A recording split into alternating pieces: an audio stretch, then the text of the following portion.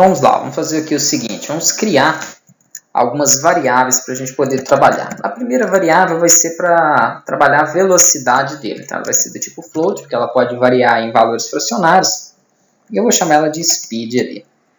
Vou colocar aqui para começar com 3, depois a gente vai alterando, né, e vai modificando aí de acordo com o projeto. Então aqui variável float, não está certinho, ele só não está reconhecendo ela aqui.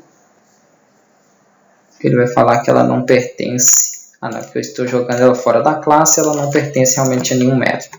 Tem que ser dentro aqui da nossa classe. Vamos criar uma outra variável float, só que aqui vai ser a força do pulo.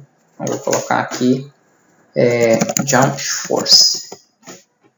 Por enquanto eu vou deixar essa força com 200 e depois a gente vai testando também. Aqui eu vou precisar de uma outra variável, só que ela vai ser uma booleana. Por quê? É bool com 2 O assim.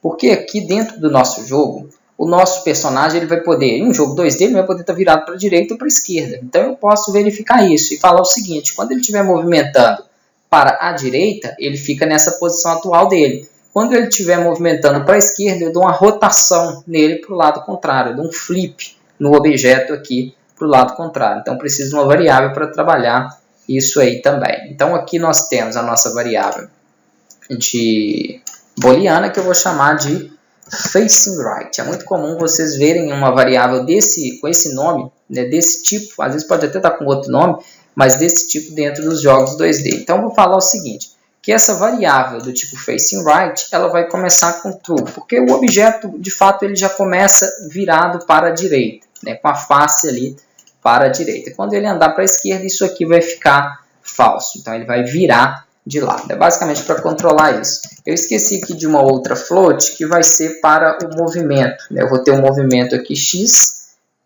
que é o movimento lateral. Então, o movimento no eixo x ele anda para a direita e para a esquerda. E com base nesse movimento do eixo x é que eu vou definir esse face right dele aí, para ver se ele está virado para a direita ou não. Uma outra variável, e essa pode ser privada, vai ser do tipo rightBody 2D, para a gente poder controlar o movimento aí, né, do corpo rígido do objeto. Vou chamar essa variável de RB aqui para a gente poder então usar ela.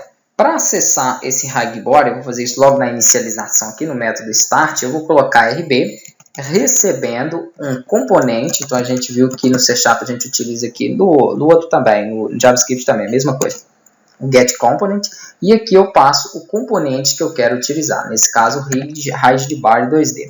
Com isso, é como se eu estivesse informando, né, como não? Eu estou aqui informando para a variável RB, que é do tipo rightBody 2D, que ele vai receber esse componente aqui, ó, rightBody, do meu personagem. Então, eu vou poder, através dessa variável, acessar o material, acessar a massa, acessar todas as propriedades ali, né, desse meu objeto. Então, se eu colocar aqui, por exemplo, RB ponto, eu posso acessar todos aqueles recursos dele, a massa, entre outros ali. Então, eu tenho agora um objeto que recebe esse corpo rígido 2D.